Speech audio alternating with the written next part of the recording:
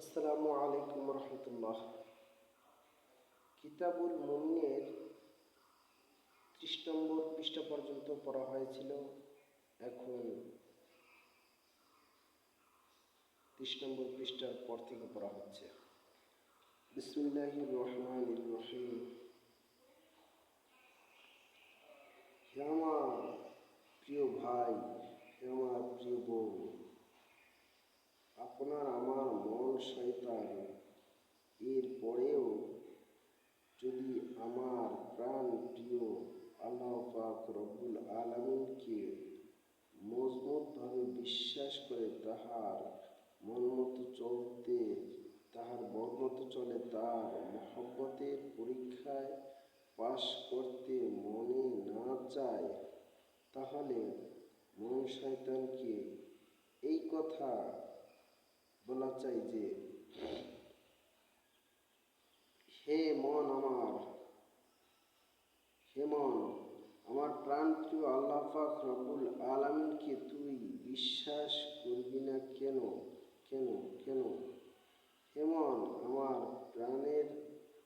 প্রাণ অধিক প্রিয় আল্লাহ পাক রব্বুল আলামিন যদি না থাকতো, তাহলে আমাকে বোঝানোর জন্য ও আমাদের পরীক্ষা সহজ করার জন্য, যার মানে গাছ দিয়ে আরবিতে কালিমা তাইয়্যিবা লা ইলাহা ইল্লাল্লাহু মুহাম্মাদুর রাসূলুল্লাহ কে লিখেছেন বল।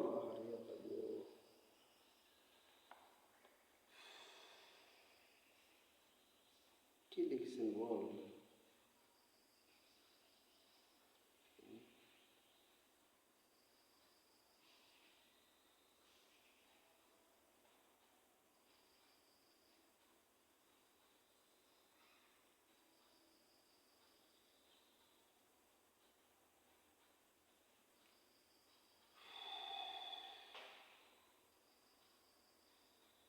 মন তুই বল, আরবি অক্ষর দিয়ে কালিমা তাইয়্যিবা লিখতে যেই কয়টি অক্ষর লাগে, সেই কয়টি বৃক্ষের আরবি অক্ষর মাটি থেকে গজালো। এই দ্বারা আল্লাহ পাক তোকে কি শিক্ষা দিতেছে বল মন। আল্লাহ তাকে তো এখন পর্যন্ত ব্যারিকেড দিয়ে রাখা হয়েছে, সেই লেখাটাকে, রসুল লেখাটাকে। এখন প্রশ্ন হলো, বৃক্ষ দ্বারা আরবি অক্ষরে মাটি থেকে আল্লাহ নামটি এবং আল্লাহ তাআলার গোলাম ও সুসংবাদদাতা মুহাম্মদ সাল্লাল্লাহু আলাইহি ওয়াসাল্লাম নামটি কেন গজালো? অন্য কোনো নাম গজালো না কেন? ভালোভাবে বুঝে নাও। এর কারণ হলো, আমার প্রাণপ্রিয় আল্লাহ পাক রব্বুল আলামিন এর আল্লাহ পাক রব্বুল আলামিনের জাতি নাম বা সত্তাগত নাম হলো আল্লাহ। তাকে ভগবান ডাকা ঠিক না, বরং গুনাহ। কারণ ভগবান নামটি পুরুষলিঙ্গ, এর স্ত্রীলিঙ্গ হলো ভগবতী। আবার আল্লাহ পাক, আমার আল্লাহ রাব্বুল আলামিনের তো আল্লাহ পাক রাব্বুল আলামিনের নামের তো পুরুষলিঙ্গ নেই, স্ত্রীলিঙ্গ নেই। আল্লাহ পাক রব্বুল আলামিন তো পুরুষও নন, মহিলাও নন, হিজলাও নন, মূর্তির মতো নন। তিনি নিজের মতো, বাস। আল্লাহ মানুষ নন, সোজা কথা, তিনি কারো মতো নন।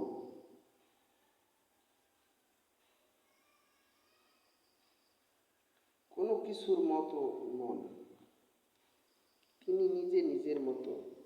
আর হিন্দু ভাইদের যজুর্বেদের 32 নং অধ্যায় এর 3 নং পরিচ্ছেদে আছে, মহান ঈশ্বরের কোনো প্রতিমা নেই। আর প্রতিমা অর্থ হলো ভাস্কর্য, ছবি, ফটো, মূর্তি ইত্যাদি ইত্যাদি। আর কোরআনুল কারীম তো আমার আল্লাহ তাআলা আর কোরআনুল কারীমই তো আমার আল্লাহ তাআলা বলেই দিয়েছেন, লাইসা কামিথলিহি শাইউন, অর্থাৎ তাহার মতো কোনো কিছু নাই। তাই তো আল্লাহ শব্দটির পুরুষলিঙ্গ হয় না, স্ত্রীলিঙ্গ হয় না।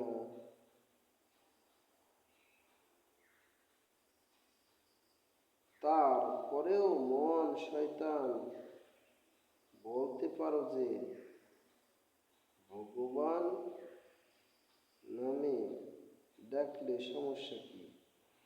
সমস্যা হলো এই অধমের সুন্দর নাম হলো মুফতি হাবিবুল্লাহ মুহসিন। এখন আপনারা যদি আমাকে বল্টু বলে ডাকেন,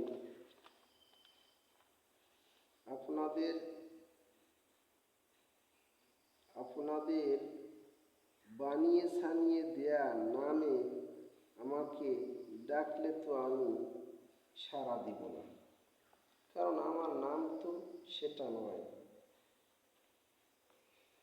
যে নামে আপনি ডেকেছেন। তাই আমার প্রাণপ্রিয় আল্লাহ পাক রব্বুল আলামিনকে আল্লাহ পাক রব্বুল আলামিনকে ভগবান বলে ডাকা জায়েজ নয়। এমন তারপরেও কি আমার প্রাণপ্রিয় আল্লাহ পাক রব্বুল আলামিনকে বিশ্বাস করে তার মন মতো চলবি না?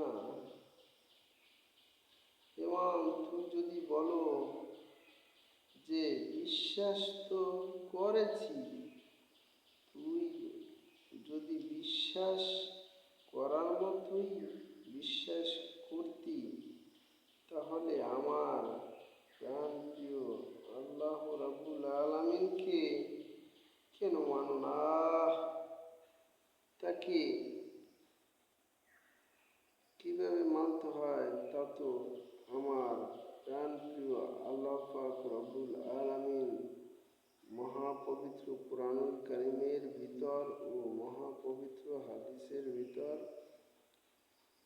ইজমার ভিতর, কিয়াসের ভিতর বলে দিয়েছেন। তারপরেও ভান্ডারি ভাইদের মতোই যদি বলো 5 ওয়াক্ত নামাজের কথা কুরআনুল কারীমের ভিতর নাই, তাহলে সে মন তুই ভালোভাবেই বুঝে নে যে আফ্রিকার জঙ্গলের ভিতর যে একটি গাছ মানুষের আকৃতিতে গজালো, আর সবই বৃক্ষের।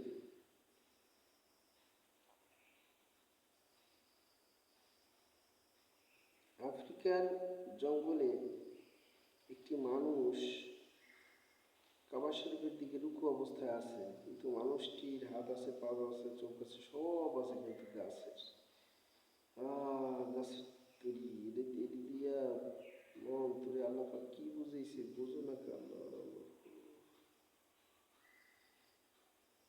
আফ্রিকার জঙ্গলের ভিতর যে একটি গাছ মানুষের আকৃতিতে গজালো, তার সবই বৃক্ষের, কিন্তু মানুষের মতোই হাত আছে,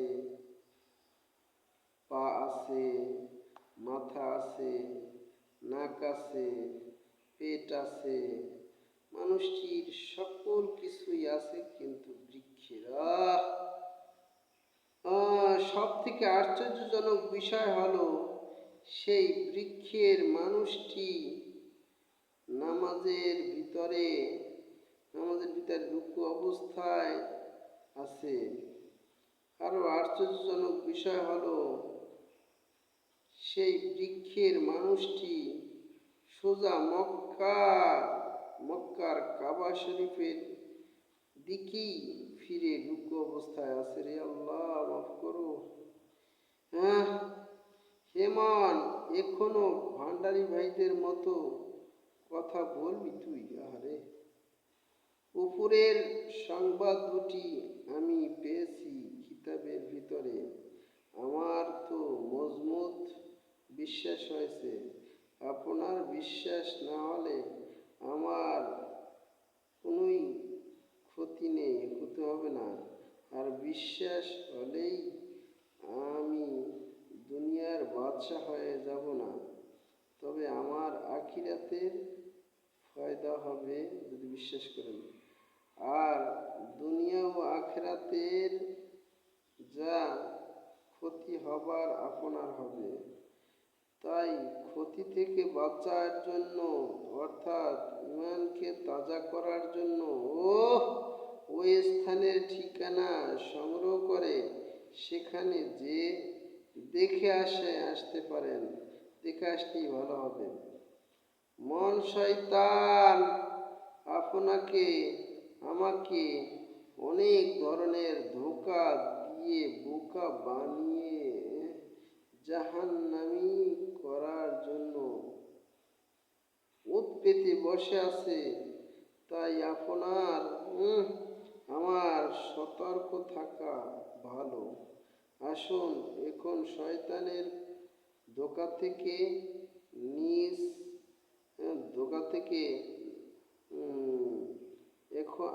এখন শয়তানের ধোঁকা জেনে নিব। মন শয়তান ধোঁকা দেওয়ার জন্য আবার বলতে পারে যে চাঁদ বানিয়েছেন আল্লাহ পাক রব্বুল আলামিন, সূর্য বানিয়েছেন আল্লাহ পাক রব্বুল আলামিন, দুনিয়া বানিয়েছেন আল্লাহ পাক রব্বুল আলামিন। তাহলে আল্লাহ পাক রব্বুল আলামিনকে বানিয়েছেন কে?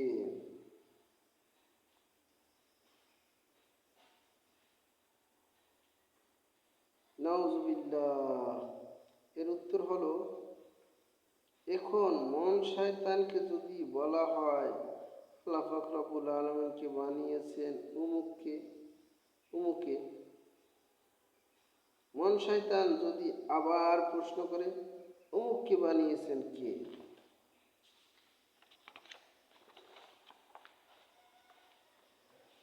উত্তর যদি বলা হয় অমুককে বানিয়েছেন অমুককে, এরপরে মন শয়তান যদি আবার প্রশ্ন করে অমুককে বানিয়েছেন কে, উত্তরে যদি বলা হয় অমুককে বানিয়েছেন অমুকে, এভাবে কে কে কে কে কিটা বলা শয়তানের শেষ হবে কবে? এভাবে বলতে বলতে দুনিয়ার সকল মুখ শেষ হয়ে যাবে, কাগজ শেষ হয়ে যাবে, কালি শেষ হয়ে যাবে, কলম শেষ হয়ে যাবে, লিখতে লিখতে কলম শেষ হয়ে যাবে। এভাবে হাজার হাজার লক্ষ লক্ষ কোটি কোটি বছর শেষ হয়ে যাবে, কিন্তু শয়তানের কে বলা শেষ হবে না। কারণ হলো, এটা কোনো সঠিক প্রশ্নই নয়, এটা ফালতু বকবকি। আপনি অমুক অমুক বলতে বলতে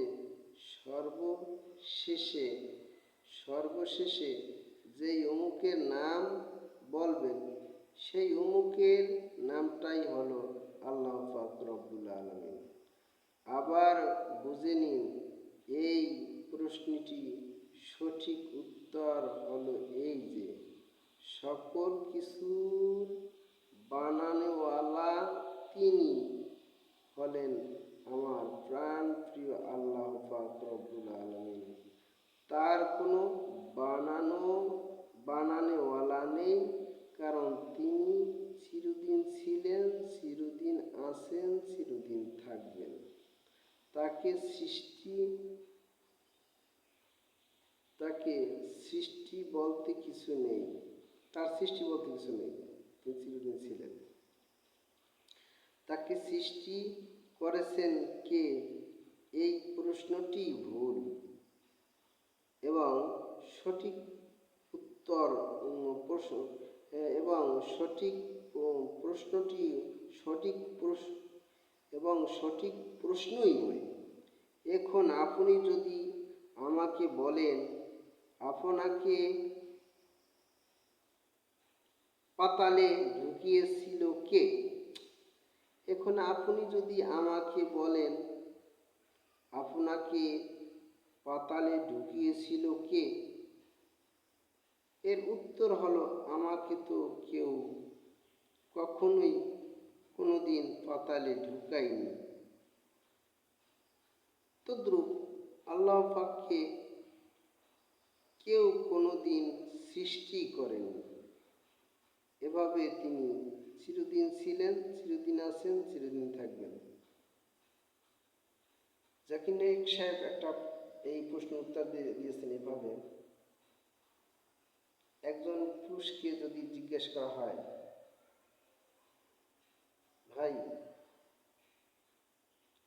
আপনার গর্ভে,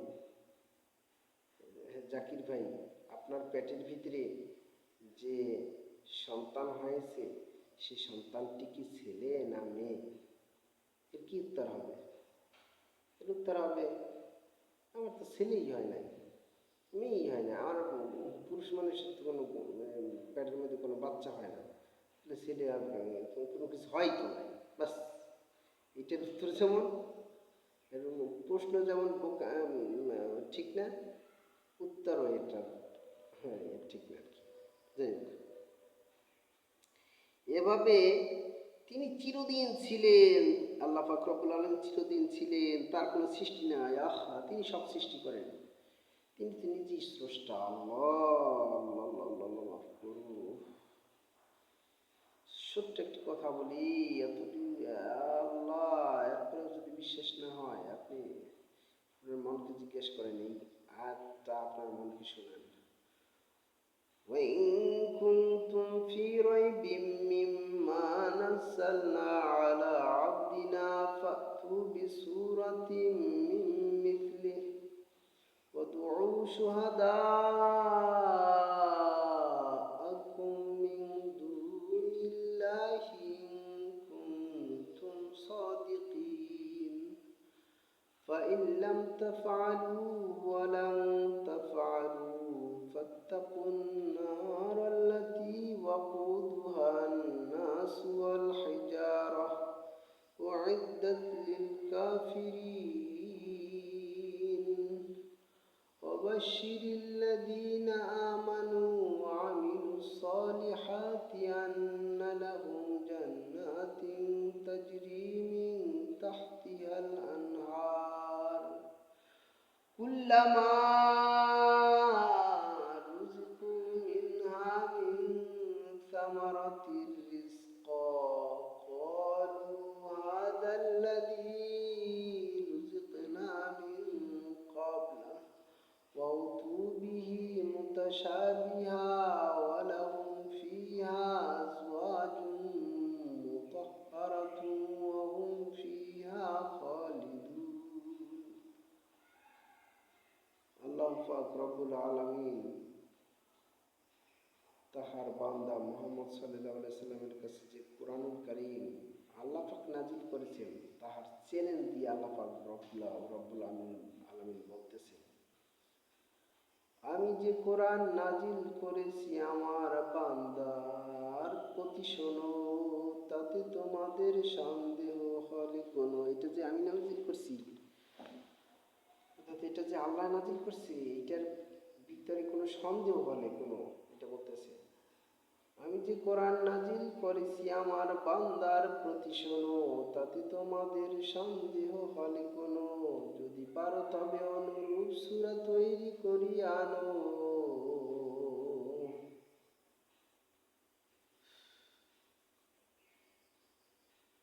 তোমরা সত্যবাদী যদি হয়ে থাকো, আল্লাহকে ছাড়া তোমাদের সব সাহায্যকারীদের ডাকো। কোরআনুল কারীমের মতো লিখে আনতে যদি না পারো, আর তা তো কবু সম্ভব নয়, তবে জাহান্নামের সে আগুন করো ভয়।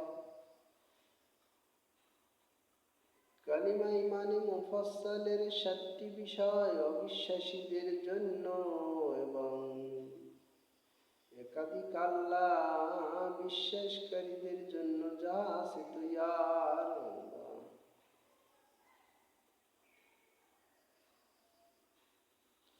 কালিমা ইমানে মুফাসসালের 7টি বিষয় বিশ্বাসী আর নেককারদের দাও শুভ সংবাদ।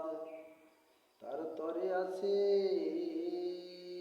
তলদেশে নদী প্রবাহিত জান্নাত, অর্থাৎ জান্নাতের তলদেশে 5টা নহর প্রবাহিত হতে থাকবে। মধুর নহর, দুধের নহর, শরবতের নহর, তহরের নহর, নদী প্রবাহিত জান্নাত। যখন তাদের জান্নাতি ফলমূল দেওয়া হবে খেতে, বলিবে ইহা তো তাই যা আমরা পেয়েছি সে দুনিয়াতে।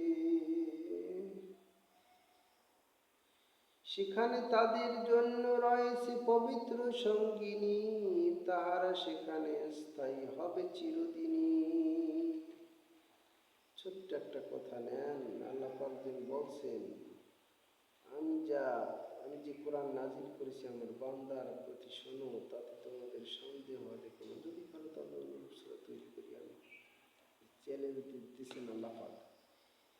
কোরআনের মতো কোরআন লেখা সম্ভব না। এর কারণ কি? কারণ হলো স্রষ্টা যা জানে সৃষ্টি তা জানে না। কিভাবে জানবে? কোরআনের ভিতরে এত তথ্য, গভীর গভীর তথ্য, এটা মানুষ জানবে কেমনি? আল্লাহ পাক বলছেন লাশ-শামসু তাজরি লিমুস্তাকাররিন লাহা, নক্ষত্র যার যার কক্ষপথে চলমান। এখন যে চালান তিনি জানেন চলমান নাকি, তুমি তো চালাই না, এখন তুমি আমি চালান কিভাবে? এর অনেক তথ্য আছে যেগুলা মানুষ জানে না।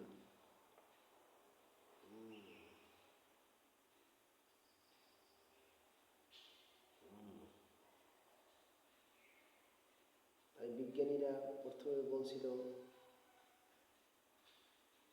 সূর্য গাড়ি দুনিয়া ঠিক থাকে, আবার কয় না সূর্য ঠিক থাকে দুনিয়া ঘোরে, আবার কয় এখন সর্বশেষ কোরআনের পথে চলে আসছে, বলছে না নক্ষত্র যার যার কক্ষপথে ঘোরে আর কি, এই একটা বেশি করে আর একটা কম করে।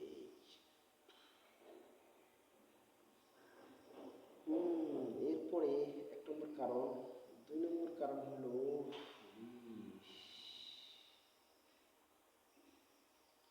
2 নম্বর কারণ হলো আসমানের নিচে জমিনের উপরে আল্লাহ পাক যত লক্ষ লক্ষ নবী পাঠিয়েছেন, কোন নবীকে মা বাবা দাদা দাদি নানা নানি ভাই বোন আত্মীয় স্বজন স্কুল কলেজ ভার্সিটি পুরুষ মহিলা জিন কারো কাছে কোনোদিন শিক্ষা গ্রহণ করতে আল্লাহ পাক দেননি, বাধ্যতামূলকভাবে শিখতেই দেননি, যা নিষেধ তাদের জন্য। কেন শিক্ষা গ্রহণ করতে দেয়নি? এর একটি কারণ হলো, 2টা কারণ আছে। একটা কারণ হলো এই, নবীদেরকে পাঠিয়েছেন আল্লাহ পাক রব্বুল আলামিন সকল মানুষের শিক্ষক হিসাবে, আর নবীদের শিক্ষক হলেন আল্লাহ পাক রব্বুল আলামিন নিজে। আর সকল মানুষের শিক্ষক হলেন নবী করিম সাল্লাল্লাহু আলাইহি ওয়াসাল্লাম। নবী শিক্ষককে কি আবার ছাত্রের কাছে পড়ে তাহলে মানিজ্জাত থাকে? আল্লাহ তো মানিজ্জাত বাড়ানো যায় কেমনি? যদি মনে করে আর একজনের কাছে শিখতে আসে, তাহলে কইবে না দেন পড়াইছে আল্লাহ, যদি পারে না আস্তাগফিরুল্লাহ। 2 নম্বর কারণ হলো শিখতে দেননি। এর কারণটা হলো যে হে নবী, হারে আপনি যখন, অর্থাৎ নবীগণ যখন আমাদের নবী মুহাম্মদ সাল্লাল্লাহু আলাইহি ওয়াসাল্লাম যখন মানুষের কাছে দাওয়াত নিয়ে যাবে, যখন দাওয়াত নিয়ে যাবে, কালেমার দাওয়াত নিয়ে যাবে আর বলবে আল্লাহ পাকের কোরআন এটাকে মানো, এটা যখন বলবে তখন সে বলবে যে না, এটা আল্লাহর কালাম না, তোমার নিজে লিখলে, তুমি অনেক বড় শিক্ষিত ছিল, ডাক্তার, ইঞ্জিনিয়ার, উকিল, ব্যারিস্টার ছিলে, ভালো শিক্ষিত ছিলে, স্কুল কলেজ বিশ্ববিদ্যালয়ে পড়ছো, আমি বিশ্ববিদ্যালয় পেলে বিশ্ববিদ্যালয়ে পড়ছো, তুমি নিজে নিজে একটা বই লিখছো, এটা আল্লাহ না। এই রকমের জানি তারা আপনাকে মিথ্যা প্রতিপন্ন না কইরা জানি সত্য হিসেবে গ্রহণ করা তাদের জন্য সহজ হয়ে যায়। এই জন্য আপনাকে আমি কোনো শিক্ষাই গ্রহণ করতে দিইনি, যিনি আপনি মানুষের কাছে চ্যালেঞ্জ দিতে পারেন, হে মানুষ, হে মানুষ, আমি তো নিরক্ষর, আমি নামটা পর্যন্ত লেখা শিখতে আল্লাহ পাক আমাকে দেয় নাই, আমি তো নিরক্ষর, আমার দ্বারা যদি এই কিতাব লেখা সম্ভব হয়, তাহলে তোমরাও একজন নিরক্ষর লোকের দ্বারা এটা লেখো। দেখো,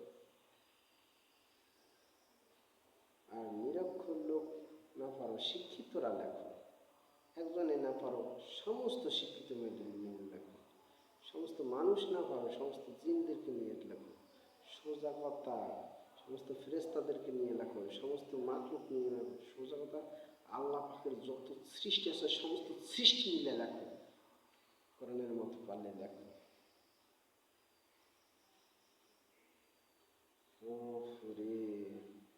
আর যদি লিখতে না পারো, তাইলে জাহান্নামকে ভয় করে, এই কিতাবটা আল্লাহ, আমার না, আমাদেরকে পাঠিয়েছেন, আমাদের কাছে পাঠিয়েছেন আল্লাহ পাক। এরকম জানি চ্যালেঞ্জ দিতে পারেন। এই জন্য নবীদেরকে, কোনো নবীকে কোনো মানুষের কাছে শিক্ষা গ্রহণ করতে দেননি। বিশ্বাস করে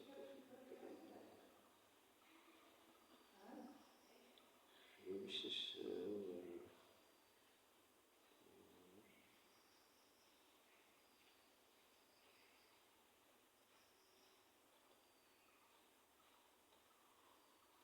এরকম যদি চ্যালেঞ্জ করতে পারেন,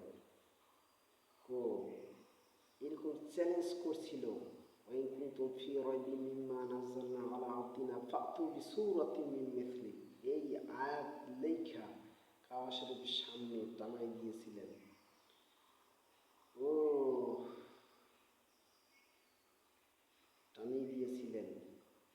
টানিয়ে দেওয়ার পরে ছোট্ট একটা সূরা, ইন্না আ'তাইনাকাল কাউসার ফাসাল্লি লিরাব্বিকা ওয়ানহার, ইন্না শানিআকা হুয়াল আবতার, এই ছোট্ট একটা সূরা লিখে দিয়েছিলেন কাবা শরীফের মধ্যে সামনে।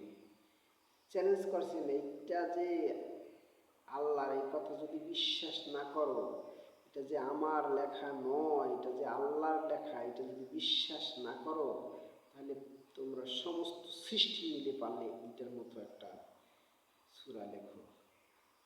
সমস্ত কাফিররা চ্যালেঞ্জের মোকাবেলা করার জন্য এটার মধ্যে লিখতেছে, আবার নিজেটা নিজে কাটতেছে, লিখতেছে না, আবার নিজে কাটতেছে, 1 নয় 2 নয়, অনেক মাস ধরে চেষ্টা করছে, কিন্তু ব্যর্থ হইয়া লেখকদের লিডার, কাফের লিডার যিনি, তিনি একটা কথা ঘোষণা দিয়েছেন।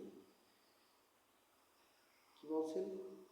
এই জায়গায় পড়ছেন আর বলছেন, ইন্না আ'তাইনাকাল কাউসার ফাসাল্লি লিরাব্বিকা ওয়ানহার, ইন্না শানিআকা হুয়াল আবতার। এরপরে ওই কাফেরের লিডারের লেখকদের লিডার, তিনি একটা কথা ঘোষণা দিয়েছেন, লাইসা হাদা কালামুল বাশার, লাইসা নয়, হাদা ইহা কালামুল বাশার, কোনো মানুষের কালাম না, এটা স্বয়ং আল্লাহ পাক রব্বুল আলামিনের কালাম। সুতরাং এর মতো লেখা কারো আল্লাহ করো আল্লাহ। কিন্তু লেখা কারো পক্ষে সম্ভব নয়। আমার যে মরতে হবে, আমার যে মায়ের খাইতে হবে, এটা তো চিরসত্য।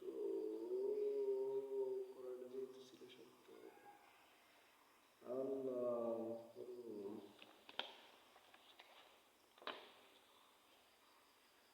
ও সুরেশ, তারপরে কাফেরদের লিডারদের লেখকরাও মুসলমান হয়ে গিয়েছে। আর আমি যদি মুসলমানের ঘরে জন্মগ্রহণ করিয়াও যদি মুসলমান না হতে পারি, আরে তাহলে তো আমার মতো কপাল করা আর কি আছে। আহারে, ইস, মুসলিম অবস্থায় পৃথিবীর হিন্দু বৌদ্ধ খ্রিস্টান ইহুদি নাসরা মুসলমান সবাই, সকল শিশুই মুসলিম অবস্থায় জন্মগ্রহণ করেন। কিন্তু বালেগ হওয়ার পর থেকে পরে যেন একটা মন শয়তানকে দেয় আল্লাহ পাক। মন শয়তানের মন মতো চললে হয়তো কাফের হয়ে যেতে পারে। যেমন মনে করেন হাদিসের ভিতরে আছে, হাদিসের ভিতরে আছে, মান তারাকা সলাতা মুতাআম্মিদান ফাকাদ কাফারা। মান, যে ব্যক্তি তারাকা তরক করলো, ছেড়ে দিল, সলাতা নামাজ, মুতাআম্মিদান ইচ্ছাকৃতভাবে, মনে করে এই জন্য লাগে না, পড়ে না, এই জন্য লাগে না, এই জন্য পড়ে না, ইচ্ছাকৃতভাবে নামাজ ছেড়ে দিল, সে কাফের হয়ে গেল। কয়টা মুসলমান মুসলমান আছে দেখেন, তল্লাশি করে মুসলমান না কাফের হয়ে গেছে, আবার মুসলমান হইবে কেমনি, মুসলমান এই তো জানে না, কালেমাটাই তো জানে না। তো সুতরাং আল্লাহ কারো ভাগের না, যেন আমি মুসলমানের ঘরে জন্মগ্রহণ করছি এই জন্য চেহারা দেখে আমার জান্নাতে নেবে, আর একবারটা হিন্দুর ঘরে জন্মগ্রহণ করছি এই জন্য চেহারা দেখে আর জাহান্নামে নেবে, এইরকম কোনো আল্লাহ পাক পাশিয়ে দিতে পারবে না। আল্লাহ পাক ইনসাফ করবে। বাস, যে বিবেকের সঠিক ব্যবহার করবে, আল্লাহ পাক রব্বুল আলামিনের সাথে সুসম্পর্ক করার সঠিক পথ কোনটা সেটা জানার জন্য অতটুকু মেহনত করবে, দুনিয়া পাওয়ার জন্য যতটুকু মেহনত করে, এতটুকু মেহনত করার পরে যে বিবেক দান করবে না আল্লাহ পাক, বিবেকের অপব্যবহার করবে, আল্লাহ পাক তাকে সকল মাখলুকাত বানিয়ে দেবেন, চিরদিন জান্নাতে সুখে শান্তিতে থাকার সুযোগ করে দিবেন, জান্নাতে বাসা বানিয়ে দেবেন। জান্নাত কোথায়? জান্নাত তো বলেছি সাতক আসমানের উপরে আরশ মহল্লার নিচে, যে 5-7 জন মহামানব যেই দেখে আসছে। 1 নম্বরে আমাদের নবী মুহাম্মদ সাল্লাল্লাহু আলাইহি সাল্লাম মেরাজে গিয়েছিলেন, আপনারা জানেন। মেরাজ যাওয়া মানে সাতক আসমানের উপরে আরশ মহল্লার নিচে জান্নাত ঘুরে ঘুরে দেখিয়া আসার সময় আবার জান্নাতের চাবিও নিয়ে আসছেন। আসসালাতু মিফতাহুল জান্নাহ, নামাজ বেহেশতের চাবি। 5 ওয়াক্ত নামাজ ওই মেরাজের পূর্বে ছিল না, 5 ওয়াক্ত নামাজ ওই জায়গা থেকে নিয়ে আসছেন। 2 নম্বরে আদম আলাইহিসসালাম হাওয়া আলাইহিসসালামকে তাদেরকে ওই জায়গায় বানাইছেন, জান্নাতি বানিয়েছেন আমার মাকে, আমার আব্বাজানের বাপ্পাজান অংশ দিয়ে। একজনকে শ্রীলঙ্কা আর একজনকে মক্কা জেদ্দায় পাঠিয়ে দিয়েছেন, দুজনকে মিলে দিয়েছে আরাফা ময়দান। আরাফার ময়দান অর্থ হয়েছে পরিচয় পাওয়ার ময়দান। কেন এটার নাম পরিচয় পাওয়ার ময়দান রাখলো কেন? আব্বার সাথে আম্মার সাথে 300 বছর পরে আবার যেই ময়দানে পরিচয় হয়েছে, এই জন্যই ওই ময়দানে পরিচয় হয়েছে, এই জন্য ওই ময়দানের নাম রাখছে পরিচয় পাওয়ার ময়দান, যাহার আরবি হলো আরাফা ময়দান। যেন না গেলে অজি হয় না, বিশেষ করে তো খেতে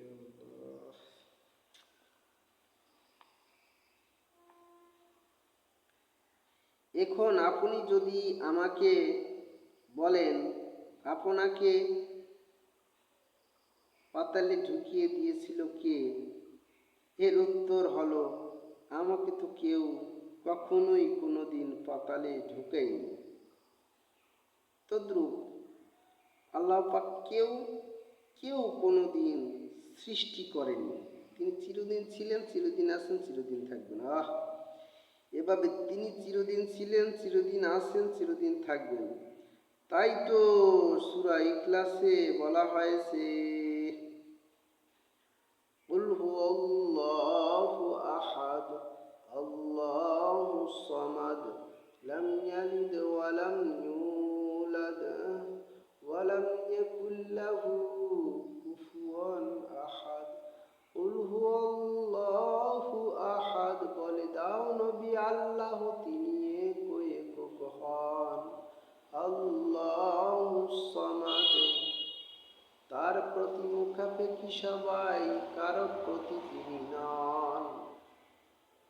লাম ইয়ালিদ ওয়া লাম ইউলাদ, জন্ম নেননি আর করেননি কাউকে জন্মদান। তিনি জন্ম নেননি আর করেননি কাউকে জন্মদান। এই দেখছেন, এই জায়গায় বলছে তিনি জন্ম নেননি আর কাউকে জন্মদান করেন না। জন্ম নেবেন নাকি? তিনি তো চিরদিন ছিলেন, আছেন, থাকবেন। তিনি জন্ম নেননি আর করেননি কাউকে জন্মদান। ওয়ালাম ইয়াকুল লাহু কুফুয়ান আহাদ, কোন দিক থেকে কেউ নয় তার সমতুল সমমান। আল্লাহ তো কোন দিক থেকে কেউ নাই তার সমতুল, আর কেউ নাই তার সুদর্শন, তার সুন্দর, তার গুণ, ক্ষমতা, তার পাওয়ার, শক্তি। আল্লাহ তো আল্লাহ, বিশেষ করে তৌফিককে দেও আল্লাহ। এভাবে তিনি চিরদিন ছিলেন, চিরদিন আছেন, চিরদিন থাকবেন। তাই তো বলা সূরা ইখলাসে বলা হয়েছে লাম ইয়ালিদ ওয়া লাম ইউলাদ, অর্থাৎ তিনি কাউকে জন্ম দেননি আর করেননি কাউকে জন্মদান। কি করছে? অর্থাৎ তিনি কাউকে জন্ম দেননি, তাকেও কেউ জন্ম দেয়নি। জন্ম দেয়া নেয়া এটা মানুষের জন্য।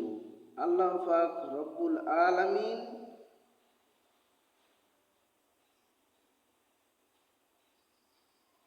জন্ম দেয়া নেয়া এটা মানুষের জন্য আল্লাহ পাক রব্বুল আলামিন নির্ধারণ করেছেন।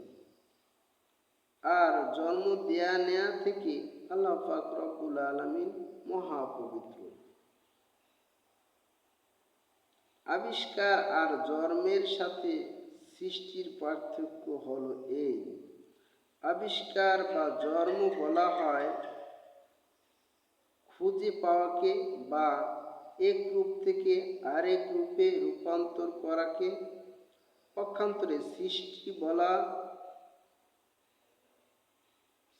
বলা হয় অনিশ্চিত থেকে অস্তিত্বে আনাকে সৃষ্টি বলা হয়। নাই থেকে আছেতে পরিণত করাকে সৃষ্টি বলা হয়। অর্থাৎ পূর্বে যেই জিনিসটি ছিলই না, পরিবর্তন হবে কিভাবে বা আবিষ্কার হবে কিভাবে বা খুঁজে পাবে কিভাবে? যেটা ছিল না এমন অনস্তিত্ব থেকে অস্তিত্বে নিয়ে আসাকে সৃষ্টি বলে। যেই শক্তি, যেই ক্ষমতা, যেই পাওয়ার কেবলমাত্র, শুধুমাত্র, একমাত্র আমার প্রাণের চেয়ে অধিক প্রিয় আল্লাহ পাক রব্বুল আলামিনেরই আছে। আর কারো নেই, পাওয়ার নেই, আর কারো সেই পাওয়ার নেই, সেই শক্তি নেই, সেই ক্ষমতা নেই। প্রিয় আল্লাহ পাক রব্বুল আলামিনের সৃষ্টি করার ক্ষমতা আছে। তাই তো আমার প্রাণ প্রিয় আল্লাহ পাক রব্বুল আলামিনের অনেকগুলি সিফাতি বা গুণবাচক নাম সমূহের মধ্যে একটি নাম হলো খালিকুন, অর্থাৎ সৃষ্টিকর্তা বা সৃষ্টি করেওয়ালা।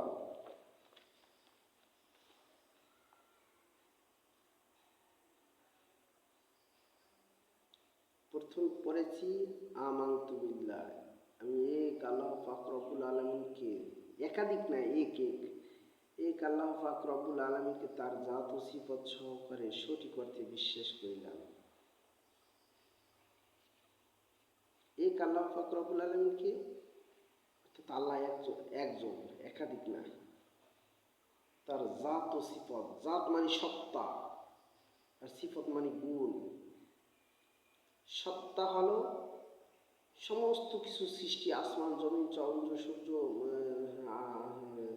লৌহে মাহফুজ আরশ মহল্লা সমস্ত কিছু সৃষ্টির পূর্বে আল্লাহ পাক যেথায় ছিলেন সেখানে সত্তাগতভাবে সেখানে আছেন, আর গুণগতভাবে এখানেও আছেন। গুণগতভাবে মানে দেখার গুণ, শোনার গুণ।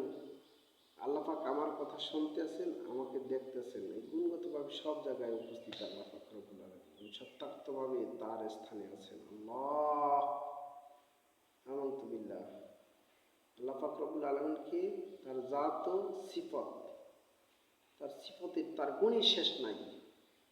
জাত ও সিফত সকলে সঠিক অর্থে বিষয়, সঠিক অর্থ মানে আল্লাহ পাক মহিলাও না, আল্লাহ পাক পুরুষ না, আল্লাহ পাক হিজলাও না, লাইসা কামিসলিহি শাইউন, আল্লাহ তাআলা মতো কোনো কিছু নাই, কোনো কিছু আল্লাহর মতো না। সোজা কথা শেষ। ব্রেন তোমার আমার দেয় নাই, এইটা আগে স্বীকার করে নিতে হইবে।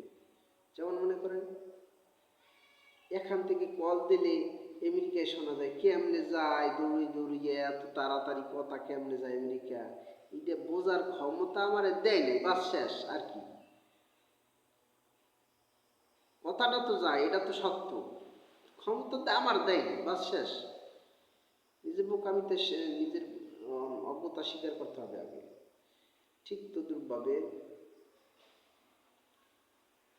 আল্লাহ পাক বলছেন তাফাক্কারু ফি খালকিল্লাহ ওয়ালা তাতাফাক্কারু ফিল্লাহ, বলছে আমার সৃষ্টি নিয়ে ফিকির করো, আমাকে নিয়ে ফিকির করো না। এই কারণে এই আল্লাহ পাক সম্পর্কে জানার ক্ষমতা তোমার দেয়, বাস তুমি পাবা কই। আল্লাহ আমি একাধিক না, এক আল্লাহ পাক রব্বুল আলামিন তার জাত ও সিফাত সকলে সঠিক অর্থে বিশ্বাস করলাম। জাত ও সিফাত সকলে সঠিক অর্থে তো বুঝলাম। কোরআন হাদিসে যেইরকম অর্থে বিশ্বাস করতে পারছে না, এরকম বিশ্বাস করতে হবে, বানাইছে না এই বিশ্বাস করলে হবে না। আল্লাহ। এরপরে সে অমালাইকাতি ফেরেশতাদেরকে, অকুতুবিহি এইটা একটু আগে আনছে, সেটা ওইটা দিতেছি 3 নম্বরে। অকুতুবিহি অর্থাৎ তাহার আসমানি কিতাব সমূহকে সহি অর্থে বিশ্বাস করিলাম। আসমানি কিতাব সমূহের উত্তর, আসমানি কিতাব সমূহের উপর বিশ্বাস। কুরআনুল কারীম আল্লাহ পাকের বাণী সম্বলিত আল্লাহ পাকের দেয়া আসমানি কিতাব। তার প্রমাণ হলো এই, আপনার মন শয়তানকে যেন ভালোভাবে আপনি বুঝাতে পারেন, তাই আল্লাহ পাক অনেক প্রমাণ রেখে দিয়েছেন। এখন কয়েকটি নিন। 1, আল্লাহ পাক লক্ষ লক্ষ যত নবী প্রেরণ করেছেন, কোন নবীকে আল্লাহ পাক রব্বুল আলামিন কোনো মানুষের কাছে দুনিয়াবি বা আখিরাতের কোনো শিক্ষা তিল পরিমাণও শিখতে দেননি, মাত্র 2 কারণে। একটি কারণ হলো এই যে আল্লাহর চিন্তা চেতনা এই, হে নবীগণ, আপনাদেরকে দুনিয়াতে প্রেরণ করেছি দুনিয়ার সকল মানুষ ও জিনদের শিক্ষক হিসাবে। শিক্ষক কি আবার ছাত্রের কাছে পড়াশোনা করে কি করে না? আপনার বয়সে ছোট হোক আর বড় হোক, সকলেই আপনার ছাত্র। আপনার শিক্ষক হলাম আমি আল্লাহ রব্বুল আলামিন নিজে, অর্থাৎ নবীগণের শিক্ষক হলেন আল্লাহ পাক রব্বুল আলামিন। আর আসল পরীক্ষা হলো এই যে কে আমাকে ভালোবেসে আমাকে আমাকে খুশি করার জন্য আমার মন মতো চলে, আর কে আমাকে ভালো না বেসে নিজের মন মতো চলে। এই পরীক্ষায় পাশ করার ভিতরেই হলো চির কামিয়াবি বা সফলতা। পরীক্ষার জন্য প্রশ্নপত্র নিয়ে আপনাকে প্রেরণ করা হয়েছে, অর্থাৎ কোরআনুল কারীম নিয়ে প্রেরণ করা হয়েছে। এরপর দুই নম্বরটা হচ্ছে, 3 নম্বরটা আগে বললাম, 2 নম্বরটা হচ্ছে আল্লাহ রাব্বুল আলামিন। আচ্ছা, এই 3 নম্বরটাই 3 নম্বর ব্যাখ্যা। হ্যাঁ, দুইটা কারণ, 1 নম্বর কারণ আর 2 নম্বর কারণ হচ্ছে আল্লাহ পাক রব্বুল আলামিন কোনো নবীকে কারো কাছে কোনো শিক্ষা গ্রহণ করতে দেননি। এর দ্বিতীয় কারণ হলো এই যে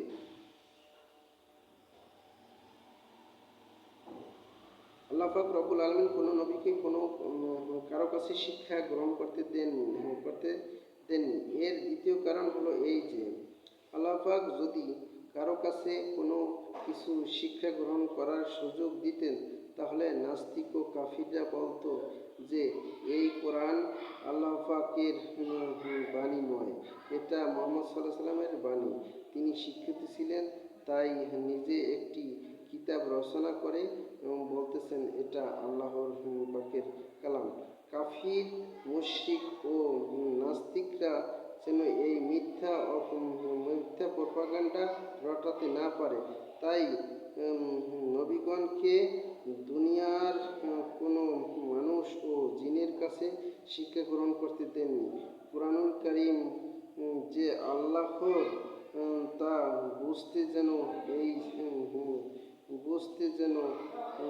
বোঝাতে যেন এই চ্যালেঞ্জ দিতে পারে যে এই কুরআনুল কারীম যে আল্লাহ পাকের, তা যদি বিশ্বাস না হয়, যদি মনে করো আমার মতো উম্মি বা নিরক্ষর লোকের এটা রচনা করেছি, তাহলে সারা দুনিয়ার নিরক্ষর মানুষ ও জিন মিলে এই রকমের কুরআনুল কারীমের মতো নির্ভুল ও তথ্যবহুল একটি কিতাব রচনা করে নিয়ে আসতে পারবে। এর চেয়ে ভালো প্রয়োজন নেই, এর মতো হলেই হবে। একা না পারো, সারা দুনিয়ার মানুষ ও জিনকে সাহায্যকারী হিসেবে নিয়ে নাও। যদি নিরক্ষরগণ না পারো, তাহলে অক্ষর জ্ঞান সম্পন্নরা লিখো। একা না পারলে সকল মানুষ ও জিন মিলে লেখো। আলহামদুলিল্লাহ, এখন কিতাবুল মুমিনের 34 পৃষ্ঠা পর্যন্ত হইল না?